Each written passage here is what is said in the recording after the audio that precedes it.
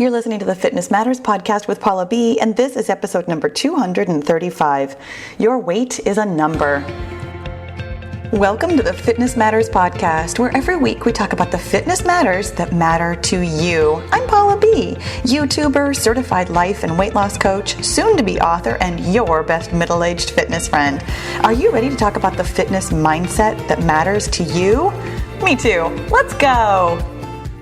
This month's book club book is The Kindness Method by Shahroo Izadi. Join me to chat about it live on Tuesday, June 14th at 3 p.m. Pacific. There's a link in the description box or show notes below to register for the Zoom event. You can download and listen to The Kindness Method or thousands of other great titles from Chirp audiobooks at steep, limited time discounts with no monthly subscription fees. Right now, The Kindness Method is just $2.99, and first-time users can get 50% off their purchase with the code PAULA50. That's PAHLA 50. Be sure to follow the Paula B Wellness Over 50 book club at chirpbooks.com/Paula. Grab your copy today, and I'll see you live in June. Hello, my friends. It is so good to be here with you. How are you today? How did you like the title of this episode? You have some thoughts about it, don't you? You guys, this is a foundational episode. This is one of those ones that I know for sure that I will be referring to again. And if you actually listen to the podcast on YouTube, which I know some of you do, not a whole lot, but some of you do, there is, when you go to my YouTube channel, the Fitness Matters podcast YouTube channel, at the top of the channel, because I have some organizational control over how you see the videos on my YouTube channel. Not the way you see them when you come to your homepage or search. I've got zero control over that. But when you come to my actual channel page, I do have control over what you see and how you see it. And at the top, I have, right now, I think that there's 5, maybe, a handful of episodes that I consider to be completely foundational. These are concepts that we build on and come back to and turn around. And they're definitely the building blocks of mindset work. And in fact, I think one of them is even called mindset work. I think another one is the compassionate observer. There's one about feelings, and there's one about how to change, which is the whole way things go. This is what happens in the world. There are circumstances that happen. Something that happens, something somebody says, something that you see or hear or take in some manner. That thing is a circumstance, and then you have a thought about that circumstance. Your thought creates your feelings drive your actions, and then your actions, of course, are how we get results. It's how we make changes in our lives, is by having a thought that produces a feeling that drives actions that then creates that result for us. But the thing that I really have not talked about very much, the concept that we are turning around today, is this idea that a circumstance, a thing that has happened in the world, is neutral. That things that happen, something that somebody says, something that happens, your weight on the scale, for example, is completely neutral. It exists, and then we have thoughts about it. Now, I've talked a lot about our thoughts, and in fact, this is where I will refer you to the episode Facts versus Opinions, where we have thoughts about everything, and we think they are facts, and we think they are true, and we think that they describe the circumstance. And the reason that we're going to talk about this today, the reason we pull this stuff apart, I will tell you that what I want for you to get out of this episode, what I want for you to get out of every episode, honestly, every episode, no matter what we're talking about, what I want you to get out of it is that you and your brain are the most powerful thing on the planet. That you have all the power to change your life, to live your life, to be who you want to be, to do what you want to do, to have what you want to have. You have power, all of it. And the reason that we think we don't is because we give our power away all the time. Just all of us, literally all of us, all the time. It's super common. I'm not calling you out when I tell you that you're giving away your power. I do it too. In fact, oh my gosh, just this week, I'm giving all my power away to all kinds of circumstances. And we're going to talk about that when we describe how circumstances are neutral. They are things that are happening that we have thoughts about. Now, here's the thing about that sentence, circumstances are neutral, or the sentence, your weight is a number. The way I often refer to it, like, this is something I'm pretty sure I even say this in the 5-0 method, which is my free download, and I will have a link for you in the description box of the show notes, which is my weight loss over 50. That I suggest personally that you weigh yourself every day. There are several reasons why. I will get into them very briefly here. I don't know that I go into them like in a lot of detail in the 5-0 method, but here's the thinking. I want you truly to understand that your weight is a number, that your weight is data, and that it is neutral. And one of the ways to do that is this thing, it's called, it's a well-known psychological principle called exposure. I think it's just called exposure therapy, like where you expose yourself repeatedly to something that you have historically a strong reaction to, and over time, the exposure reduces your reaction. Now, having said that, while that is a well-known psychological principle, I will tell you that you cannot simply expect to weigh yourself every day and become neutral to it. Part of what we do here, around here in these parts, is that we actually examine our thoughts about the circumstance so that we understand that we have the power. My friends, I'm going to say we all, because there are very few of us who have put in the real work here to not give our power to the scale. We step on the scale in the morning and we let it dictate our day. And it's really interesting to me as a student of mindset work how we do that. And there are lots of like reasons and social conditioning and stuff like that you might find interesting to turn over in your mind, and sometimes I do, but also it doesn't matter. Like, it doesn't matter why we do this. It really doesn't. What matters is simply that you notice that you're doing it, that you notice, hey, I got on the scale and then all of a sudden, so randomly, I was in a terrible mood. And we also, we give our power to the scale when we say, I'm never going to weigh myself again, or I'm going to only weigh myself once a month or once a week, or I'm going to throw it out and only go by how my clothes fit. Like, you're still giving your power to something outside of you when you don't weigh yourself or when you go by how your clothes fit. My friends, you have the power to think about your body any way you want to at any given time without any external circumstance,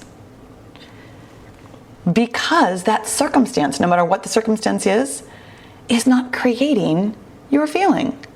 Your thoughts are every single time. Now, here's the thing about me saying that a circumstance is neutral, or your weight is data, or your weight is a number. It doesn't feel like it. It doesn't feel like it at all. We have so many years and years. Generally speaking, I'm going to go ahead and just say it's your whole life. It's from as long as many of us can remember, or from very early childhood, that weight did not feel neutral. That circumstances did not feel neutral. When you came home crying from school, your mom didn't say, "Oh, so another human being said words to you and you had thoughts about it that are creating this feeling of sadness." No, she would say something like, "Oh, did little Timmy hurt your feelings?" Because that's what we do as human beings. We give our power of our thoughts and our feelings away to things in the world. But here's the thing.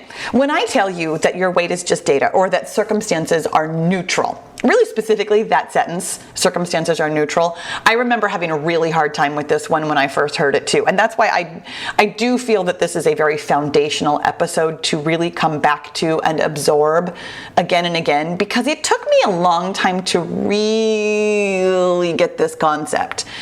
And here's probably the most important thing I can tell you. When I tell you that circumstances are neutral, it does not in any manner mean that you feel neutral about it. Nor does it mean that you should feel neutral about it. Or it doesn't even mean that you have to do mindset work around it. You can feel however you feel. You can feel angry or frustrated or sad or hurt or excited or thrilled or neutral. You can feel any way in the world. The reason I want you to recognize that circumstances are neutral is so that you recognize your power over them. That you have the power to think anything.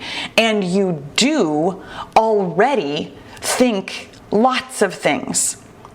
So I want you to recognize your power. And the other thing that I think the reason that we talk about circumstances being neutral is because that concept can help you get into the compassionate observer mode. This is the point in the podcast where I will point you to the episode called The Compassionate Observer, which really explains that concept. Again, a very foundational concept. When we do mindset work, we kind of can't do it from inside our own brain. like when you're in the middle of the forest, it is very difficult to see anything other than the trees that are right in front of you.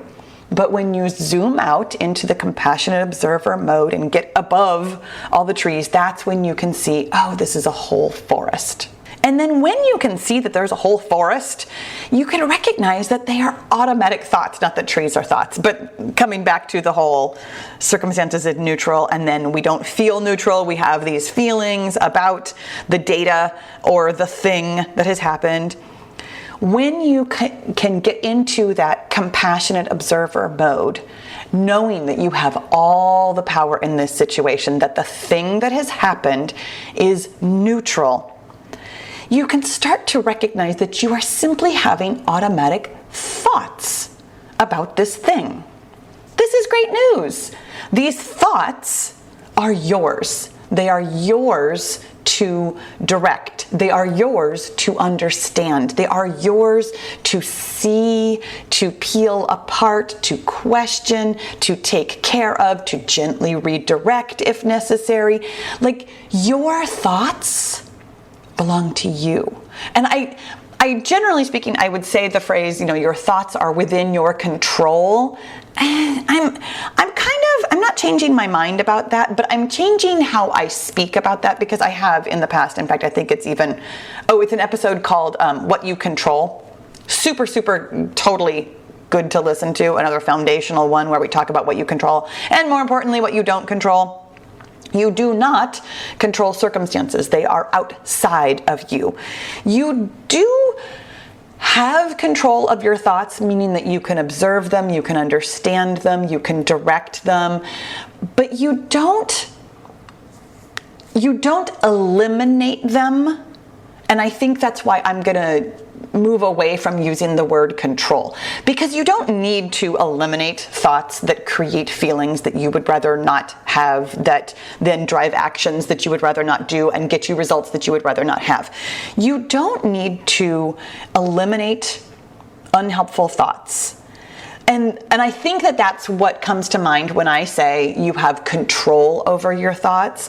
So I think I'm going to move in the direction of saying that you have direction over your thoughts, that you can gently redirect them when they pop up again, that you can notice that you have automatic thoughts and not feel like you have to control or squash or eliminate the ones that don't work for you. But when you can notice that a circumstance is neutral, it helps you see all of your thoughts. Again, by being in that compassionate observer mode, you recognize that a circumstance is neutral and that you have automatic thoughts. And once you're in that compassionate observer mode, you can recognize, oh, here are some thoughts that aren't serving me. This thought that the scale is a liar is unhelpful because it creates for me a feeling of distrust. Distrust, using the two-step tool, which this is where I'm going to recommend that you listen to the episode about mindset management where we talk about the two-step tool. I'm almost positive that it's episode 89. I should really memorize this because it's helpful every time. But the two-step tool is where we find our thoughts and decide if they're helpful. When you recognize that you're having unhelpful, automatic thoughts, you'll realize that that is in your direction, your direct control. That might be the way that I talk about it. Your direct control, because it is not something outside of you that is not under your direct control. My friends, the scale is not under your direct control. You can guide the scale to move in the direction that you would like. You have control over what you put in your mouth. You have control over when you go to bed. You have control over how much water you drink. You have control over whether or not you get out your journal and write down your thoughts and recognize whether or not they are helpful. But the scale, my friends, that is under the control of your body. Your body is going to do what your body is going to do. Sometimes the scale always fluctuates. Over time, it can move in the direction that you are aiming for, the result that you would like, the weight loss or the weight maintenance or the getting of the goal weight that you have for yourself. But even at your goal weight, just so we're clear, even at your goal weight, your scale will fluctuate. Your weight will change. Your weight will never, ever be static. Truly, never, because, once you're no longer with us, your weight will change because of different biological processes then, too. So, my friends, wanting your weight to be a number as opposed to a range of numbers, this is worthy of knowing. Understanding that your weight is data, that it is a number, that is a calculation of your body's mass in relation to gravity.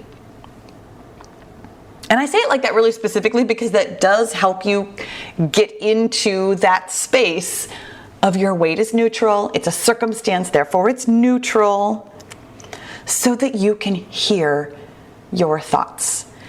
When you offer yourself the opportunity to recognize that the words that people say are simply words, that the number on the scale is simply data, that things that happen in the world are just things.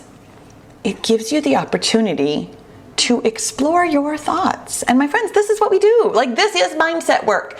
This is the entirety of mindset work. In fact, I know that lots of us, in fact, this is a whole episode in and of itself, a topic of an episode that I haven't created yet, so I don't have a reference for you that I'm actually, is it next week? It's on my list of ideas and I don't remember exactly where it is, but mindset work, we don't do mindset work to feel happy all the time. We do mindset work to be aware of what we are feeling. Sometimes that's not happy, and it's always because of our own thoughts, not because of things that are happening outside of us. The reason that we think that other things that happen, things that people say, numbers on scales, etc. The reason that we think that they are creating our feelings is simply because your automatic thoughts are so fast. And I just want to take a quick second here to shout out your brain, because your brain is amazing. It takes in data and creates a thought and a feeling so fast that we don't even perceive it. We think automatic thoughts so quickly that we don't even hear them. That's amazing. Your brain is a supercomputer. It takes in billions of pieces of information at any given time. Things you see, things you smell, things you hear, things you can touch, things you can taste, things you can kind of perceive but don't even have a word for. It's taking all of that in every single second of every day of every year of your life and processing it so fast that you have thoughts about it, and then those thoughts release chemicals and hormones and do other things in your body that create feelings. You're a miracle.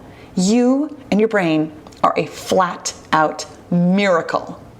And sometimes you need to slow it down a little bit and observe what you are doing so that you can intentionally create results that you want instead of being at the mercy of these automatic thoughts. Your automatic thoughts, my friends, they come from all kinds of places. They come from all kinds of places that if you were choosing to take in this information, you'd be like, no, thank you. And you do that now. You do have a filter now to take in media that is interesting, to notice things that you want to believe.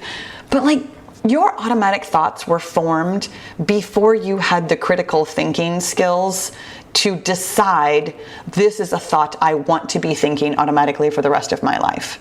Like, you took in information when you were a baby and a young child, really anytime apparently before you're like 25, when your brain is, relatively speaking, fully formed and as good at critical thinking as it's ever gonna get. And I say that so nicely. I'm laughing at myself. I feel like I actually have gotten better at critical thinking since I was 25. I hope so, because I have gained more knowledge, gained more experience. But really, before you're 25, you don't even have the capacity. You have some capacity to think critically, but you don't have the full capacity to think critically that you will, and then from experience, continue to grow. Like, you have taken in so much media. I'm thinking about my kids.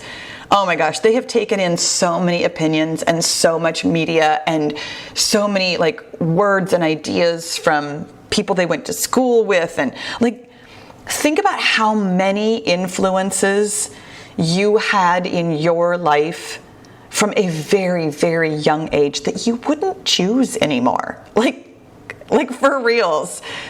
TV shows that you wouldn't watch now, books that you wouldn't read again, people's opinions that you would love to stop hearing in your head. Frankly, I'm thinking about how often I hear my mother's voice in my head telling me things that I don't want to believe. Well, those things have become your automatic thoughts. This is the way your brain is supposed to work. It is supposed to, when you are a child, be a sponge. Take it all in, absorb it all, process it all, and then see the world through that lens. It's amazing that your brain can and does do this. And even more amazing than that is our capacity to think about that. You, as a human being, have the ability, the metacognition, to think about your thoughts. You can hear your automatic thoughts and not be at the mercy of them. You can decide on purpose to think something different. And the only reason you can do that is by getting into that compassionate observer mode. Not the reason, but the way you do that, the method by which you do that, is getting into this compassionate observer mode where you recognize that you have the power. It's not the scale, it's not the number, it's not the circumstance of the thing outside of you. It's you, your power, your thoughts. When you can recognize all of this, first of all, just bask in the glory of the miracle that is you, and slow it on down. Here's where we get into the practical advice. Slow it on down. Recognize that every single piece of information that you take in, you are having thoughts about. This is why we need to journal, because oh my goodness, your thoughts are so fast and so automatic that you're not going to recognize them until you take the time to try to recognize them on purpose. When you download the 5-0 method, it really only has one page, but you can print it out and use it again and again, or just use it as a template on your own blank piece of paper.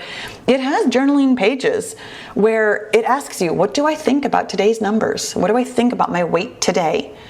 So you can hear your thoughts as thoughts. And in fact, that's even part of the exercise, where at the beginning of every sentence it says, I think. I think I must have done something wrong yesterday. I think I ate too much. I think I didn't exercise enough. I think whatever other junk comes up in your head that's all just automatic thoughts from years and years of hearing you have to eat less and move more, which is not true. Just FYI, taking a whole left turn here talking about how weight loss works, but you have thoughts about the number on the scale. And lots of those thoughts, my friends, not helpful. And that's why we need to journal about them, because when they're not helpful, they're not helping you get where you want to go. I'm taking a big deep breath. I feel like I got kind of wound up. This is my favorite part about the podcast. I get wound up about these things because I would love for you to internalize these concepts so that you can live the life you want. You can have the things you want to have. You can achieve the goals you want to achieve by recognizing that you are not at the mercy of the things around you. That you have the power to think about anything in a way that helps you move towards what you want. Thank you so much for listening. I really hope this was helpful for you today, and I'll talk to you again soon. If you're getting a lot out of the Fitness Matters podcast and you're ready to take it to the next level, you're going to love the Get Your Goal Coaching and Accountability group. We take all the theory and knowledge here on the podcast and actually apply it in real life on your real weight loss and fitness goals. It's hands-on, it's fun, and it works. Find out more at paulabfitness.com/get-your-goal. And let's get your goal.